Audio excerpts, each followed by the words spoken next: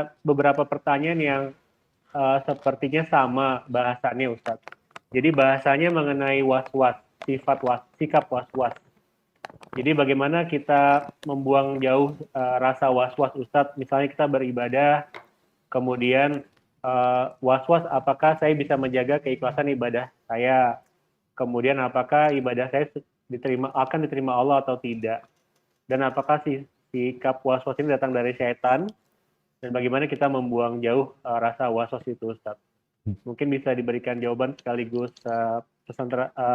kalimat penutup dari Ustadz untuk topik kali ini. Barakallahu fikum. Nah, jamaah, sebenarnya ada sikap was-was dan ada sikap khawatir. Kalau bicara khawatir, ada was-was modelnya gini, aku tadi wudu enggak ya?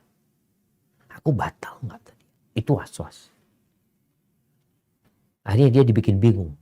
Wuduku sah enggak tadi ya?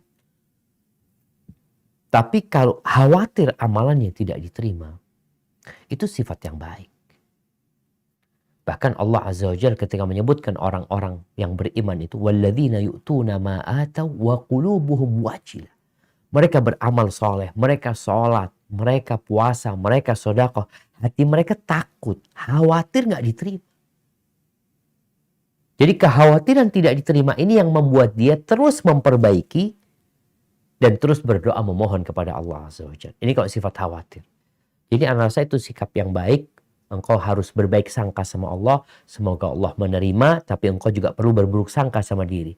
Sehingga ketika ada pikiran seperti itu, gunakan untuk beristighfar. Mohon ampun sama Allah. Kalau memang kurang dalam amalannya, semoga Allah yang menyempurnakannya. Tapi kalau bicara was-was yang pertama Anda sebutkan itu, maka kita perlu menghilangkan was-was itu dengan keyakinan. Bagaimana memutusnya? Enggak, aku tadi sudah wudhu, selesai. Aku sudah wudhu. Bismillah, jangan jadi pikiran lagi. Karena kalau enggak, setan dia akan, enggak, kok kayaknya belum wudhu tadi. Kayaknya wudhumu tadi enggak sempurna. Kayaknya. Maka diputus dengan keyakinan. Mungkin seperti itu kalau bicara was-was. Lalu jamaah sebagai penutup, ketahuilah bahwa tidak ada orang yang masuk surga dengan amalan.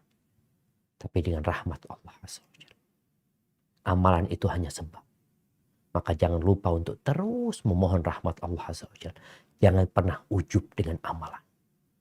Kalau orang itu selama 500 tahun dari sejak lahir sampai mati, dia beribadah kepada Allah Azza wa Jalla, maka pada hari kiamat dia akan melihat ternyata amalannya sangat sedikit sekali. Dibandingkan dengan nikmat yang Allah berikan. Dibandingkan dengan nikmat mata yang kita dapat melihat dengannya. Maka teruslah beramal, teruslah takut kepada Allah Azza wa Jalla, tapi jangan pernah putus asa. Karena rahmat Allah meliputi di segala sesuatu.